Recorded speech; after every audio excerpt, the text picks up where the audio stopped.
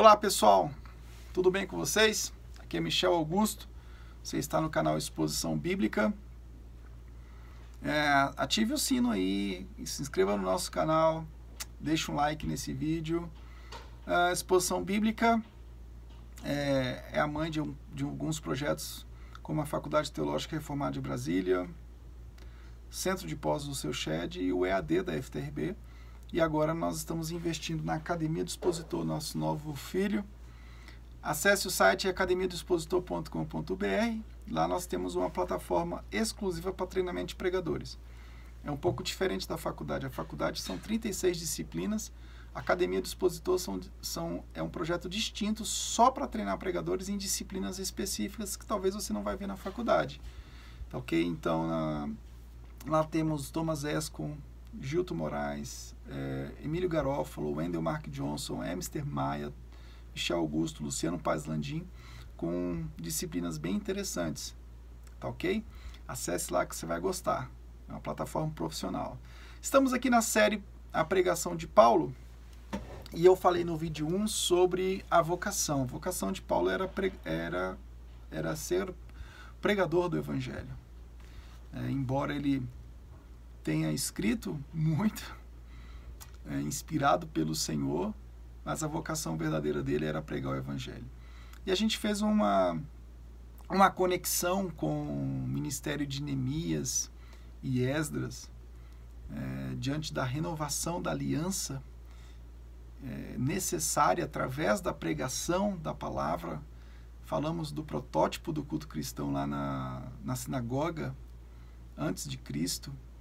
E também falamos sobre o contexto da vocação de Paulo sendo a missão dada por Jesus em Mateus 28, e ele cumpre essa missão, assim como outros apóstolos cumpriram a missão. Ele, como o proclamador do Evangelho, pregava o Cristo crucificado. E a pregação dele era centrada em Cristo, literalmente porque Cristo cumpriu na sua carne o ofício de profeta, sacerdote e rei. Então não há outro nome dado entre os homens pelo qual importa que sejamos salvos. É o que diz Atos capítulo 4, versículo 12. É esse Cristo que ele prega. Então nós temos aqui nesse vídeo que falar do fundamento da autoridade paulina, as consequências da pregação e o conteúdo da sua pregação. O fundamento nada mais é do que o próprio poder de Deus. Ele se baseava no poder do Espírito Santo, no poder do Senhor, usando a autoridade apostólica de suas cartas para cumprir o ofício de Cristo. 1 Coríntios 1:17 na NVI diz: pois Cristo não me enviou para batizar, mas para pregar o Evangelho, não com palavras de sabedoria humana, para que a cruz de Cristo não seja esvaziada, mas Cristo, sabedoria e poder de Deus. Em outros vídeos eu falo sobre a questão da retórica. Esse texto aqui não é contra a retórica, não é contra o treinamento. Paulo, ele combatia certos sofistas que usavam da retórica com fins lucrativos, né? Então, embora Paulo não seja contra a retórica, mesmo porque vai ter o uso da retórica nas cartas paulinas, o que vai dar sustentação para a mensagem do Evangelho é o poder de Deus. Cristo, sabedoria e poder de Deus. E, consequentemente, cumprindo a missão no poder de Deus, nós temos consequências que Paulo viveu. Talvez hoje não seja as mesmas consequências que eu e você vamos viver, mas a gente vai ver nas epístolas da prisão, Paulo descrevendo as consequências do que é anunciar o Evangelho de Jesus Cristo, do que é o sofrer pelo chamado de pregar a Jesus Cristo. Filipenses 1:17, na NVI, vai dizer: justo que eu assim me sinta a respeito de todos vocês, uma vez que os tenho em meu coração, pois quer nas correntes que me prendem, quer defendendo e confirmando o Evangelho, todos vocês participam comigo da graça de Deus. Então, nós temos que as consequências, a consequência final pode ser, sim, retaliações, até mesmo de prisão. Então, embora a gente torça para um país com ampla liberdade religiosa, nós sabemos que em determinado momento pode acontecer um certo tipo de perseguição por conta da pregação do Evangelho que pode nos conduzir até mesmo a cadeias, né? Enfim, mas isso não faz com que a gente queira ser preso por ser preso, né? Isso faz com que a gente saiba que, embora a gente busque a liberdade religiosa, pode acontecer em alguns momentos, como já tem acontecido em alguns países, de pessoas serem presas por perseguição ao Evangelho. E com certeza, diante do conteúdo que se prega, vai ter muitas manifestações contrárias. Paulo pregava o Evangelho. Eu falei aqui sobre Dietrich Bonhoeffer, lá na Alemanha, nazista, né? E a frouxidão que se tornou a igreja nacionalista alemã diante das atrocidades de Hitler.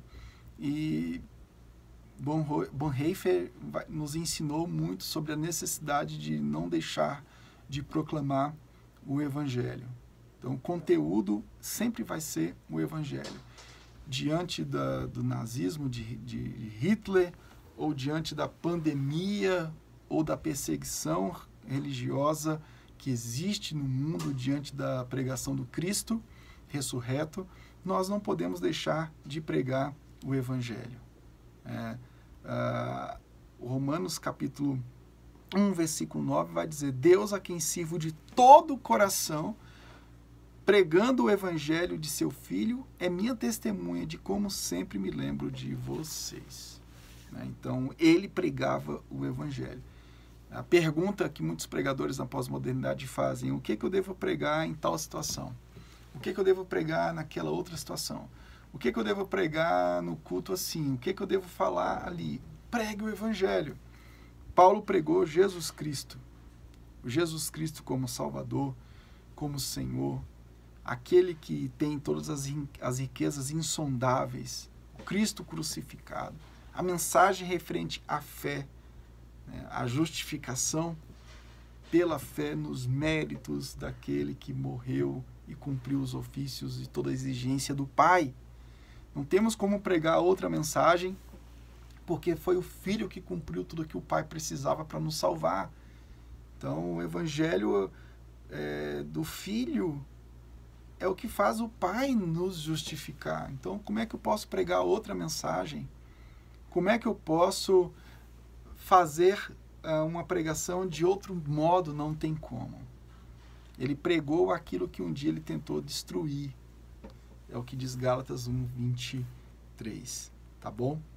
Bom, o conteúdo é muito descrito em Atos, capítulo 20, versículo 17 a 38. Eu quero terminar com esse capítulo 20, 17, 38 de Atos, ao 38. De Mileto, na versão NVI. De Mileto, Paulo mandou chamar os presbíteros da igreja de Éfeso. Quando chegaram, ele lhes disse: vocês sabem como vivi todo o tempo em que estive com vocês, desde o primeiro dia em que cheguei à província da Ásia. Servi ao Senhor com toda a humildade e com lágrimas, sendo severamente provado pelas conspirações dos judeus. Vocês sabem que não deixei de pregar-lhes nada que fosse proveitoso, mas ensinei-lhes tudo publicamente e de casa em casa. Testifiquei tanto a judeus como a gregos que eles precisam converter-se a Deus com arrependimento e fé em nosso Senhor Jesus. Agora, compelido pelo Espírito, estou indo para Jerusalém, sem saber o que me acontecerá ali, senão que, em todas as cidades, o Espírito Santo me avisa que prisões e sofrimentos me esperam. Todavia, não me importo, nem considero a minha vida de valor algum para mim mesmo, se tão somente puder terminar a corrida e completar o ministério que o Senhor Jesus me confiou, de testemunhar o evangelho da graça de Deus. Agora sei que nenhum de vocês, entre os quais passei pregando o reino, verá novamente a minha face. Portanto, eu lhes declaro hoje que estou inocente do sangue de todos, pois não deixei de proclamar-lhes toda a vontade de Deus. Cuidem de vocês mesmos e de todo o rebanho sobre o qual o Espírito Santo os colocou como bispos para pastorearem a igreja de Deus, que ele comprou com o seu próprio sangue. Sei que depois da minha partida, lobos ferozes penetrarão no meio de vocês e não pouparão o rebanho. E dentre vocês mesmos se levantaram homens que torcerão a verdade, a fim de atrair os discípulos. Por isso vigiem. Lembre-se de que durante 3 anos jamais cessei de advertir a cada um de vocês disso, noite e dia, com lágrimas. Agora eu os entrego a Deus e a palavra de sua graça, que pode edificá-los e dar-lhes herança entre todos os que são santificados. Não cobicei a prata, nem o ouro, nem as roupas de ninguém. Vocês mesmos sabem que estas minhas mãos supriram as minhas necessidades e as dos meus companheiros. Em tudo o que fiz, mostrei-lhes que, mediante trabalho árduo, devemos ajudar os fracos. Lembrando as palavras do próprio Senhor Jesus, que disse: a maior felicidade em dar do que receber.